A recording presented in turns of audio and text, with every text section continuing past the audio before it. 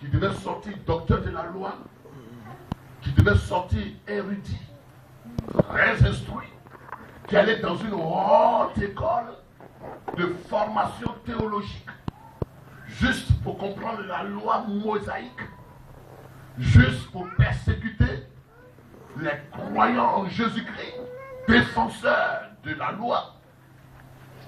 Il a tellement étudié que cet homme-là, son bagage intellectuel, devait faire de lui quelqu'un d'important dans la religion de ses pères, dans le judaïsme. Et cet homme-là, pendant qu'il s'apprêtait à aller dans ses fonctions de quoi? De persécuteur, de membre du Haut Conseil,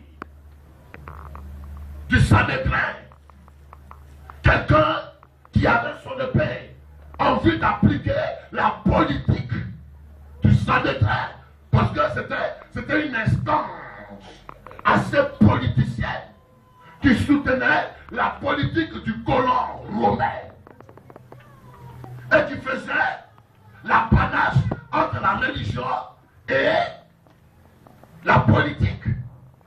Et ils étaient hautement considérés à cause de leur haut savoir. On se comprend? Et cet homme-là, le voilà sur son cheval, allant accomplir ce que spirituellement, je ne sais pourquoi, Dieu ne l'a pas créé, mais ce que le monde a forgé qu'il soit. Alléluia. Le monde l'a forgé à être ce qu'il ne devait pas être. Ça, c'est une grande conférence, mais je ne sais pas si vous me saisissez. On se comprend? Il partait. Et subitement, par grâce de Dieu, Jésus se révèle à lui. Jésus le touche. Et Jésus lui donne la clairvoyance de ce pourquoi il est vraiment créé. Amen. Oh, s'il vous plaît, les amis. Nous aussi, nous étions embarqués dans un chemin. Nous étions embarqués dans d'autres courses. Nous étions embarqués dans d'autres préoccupations. Et subitement, Jésus nous a arrêtés. Il a dit quoi? Toi, tu ne dois pas être guidé. Toi, tu ne dois pas être barman. Toi, tu ne dois pas être vendeur de drogue. Tu ne dois pas être vendeur de cigarettes. Tu ne dois pas être proxénète. Tu ne dois pas être une prostituée. Tu ne dois pas être ceci. Tu ne dois pas être celui qui vend son corps, celui qui fume la cigarette tout au long de la journée. Tu ne dois pas être celui qui change de femme. Tu ne dois pas avoir activité. Pour cela, je t'ai conçu. Avant que tu ne sois conçu dans le sein de ta mère, je t'avais assigné à une mission, à un mandat. Et maintenant, ça suffit. Il faut que tu sortes du monde et que tu sois affecté à la fonction à laquelle je t'ai appelé. Et c'est comme ça que Christ m'a saisi. C'est comme ça que Christ m'a saisi. C'est comme ça que Christ t'a enlevé dans les poitrines. C'est comme ça que Christ t'a enlevé dans la sorcellerie. C'est comme ça que Christ t'a enlevé dans la politique. C'est comme ça que Christ t'a enlevé dans ce qui n'était pas destiné à ta vocation. Dis Amen. Dis Amen. Oh. Peuple de Dieu, comprenez-moi, je souffre. Alors, Paul arrive, Dieu lui donne 5 points capitaux de son mandat. Premièrement, j'étais établi, j'étais choisi pour que tu ouvres les yeux aux païens. Disons Amen. Amen. Le premier point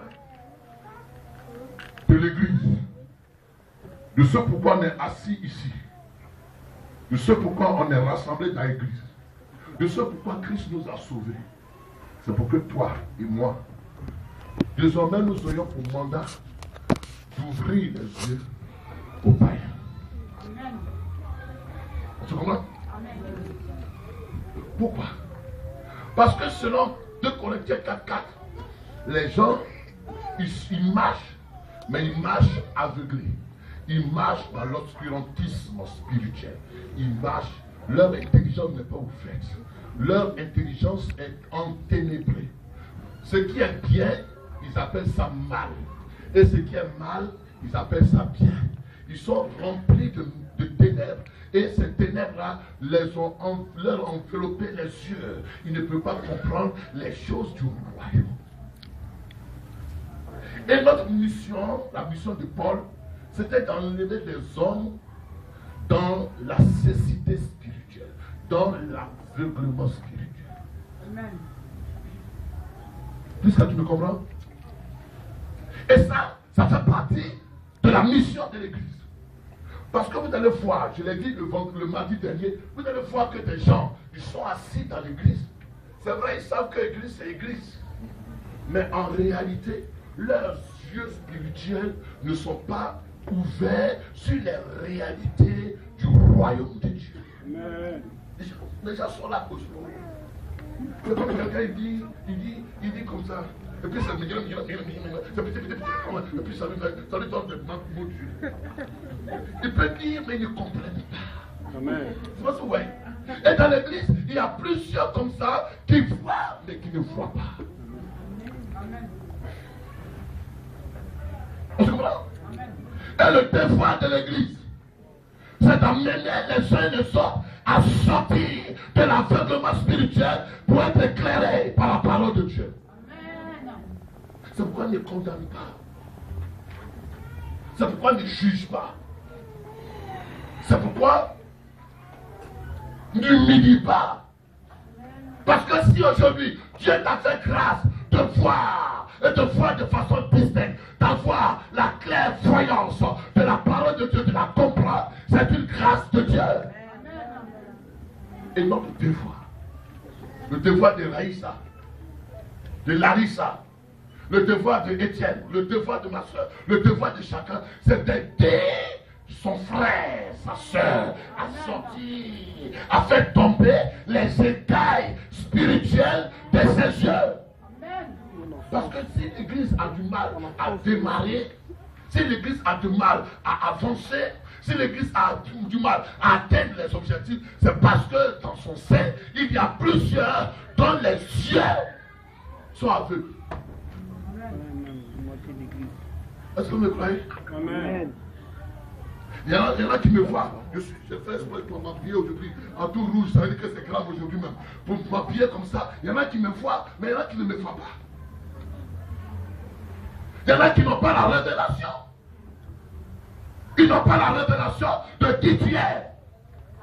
De qui le frère avec qui il marche il est. Ils n'ont pas la révélation des choses de Dieu.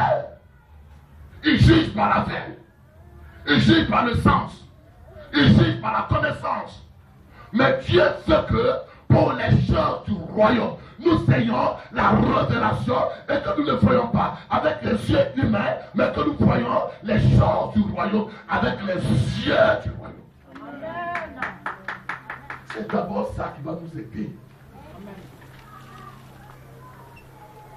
Quand on dit à quelqu'un par exemple, de ne pas commettre l'impudicité, il dit, oh, ce que vous dites, ça me fatigue. Excusez, tu laisses tout.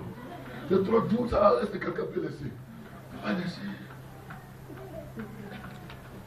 Mais lui ne voit pas le danger spirituel qu'il y a de vivre l'impudicité, le danger spirituel qu'il y a de vivre le mensonge, le danger spirituel qu'il y a de vivre dans le péché, le danger spirituel. Tant que Dieu n'a pas fait grâce, tant que Dieu n'a pas mis le collier dans ses yeux, il verra l'église, il verra la parole de Dieu, mais il ne trouvera aucun intérêt à obéir à la parole de Dieu. Pourquoi? Parce que ses yeux spirituels sont fermés. Mais ma prière, c'est que les yeux spirituels s'ouvrent toutefois. Alléluia. Deuxième objectif. Il dit à Paul, pour que tu fasses, je t'ai établi ministre et témoin de ces choses. Pour que tu fasses quoi? Tu ouvres les yeux et qu'il passe des ténèbres à la lumière. Dites Amen. Amen. Dites Amen. Amen. Oh, je veux vous sentir, dites Amen. Amen. Le plan de Dieu pour l'église, c'est de passer les hommes des ténèbres à la lumière. Vous allez comprendre pourquoi je dis ces choses en détail. Parlons doucement. Entre l'Afrique et l'Europe, lequel continent est plus riche en sous-sol? Vous êtes sûr? Mon frère, tu es sûr? Entre l'Afrique, entre le Cameroun, Côte d'Ivoire, ceci, et Congo, lequel des continents est très riche en sous-sol? Le Congo. Ok, le Congo. Mais l'Afrique. Vous êtes d'accord avec l'Afrique? Écoutez-moi. Il dit quoi? C'est le Cameroun. Ouais, le Cameroun pas plus que la Côte d'Ivoire.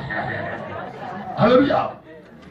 Ok, c'est vrai parce que chez nous les Camerounais, nous avons aussi d'énormes richesses. Mais qu'est-ce qui est plus riche? C'est la France ou l'Afrique? Bon, entre l'Afrique et l'Occident, entre les deux, qui est très instruit? C'est qui? Vous êtes sûr? Entre le blanc, en général, et l'Africain, qui est très instruit, papier quoi, qui est très instruit?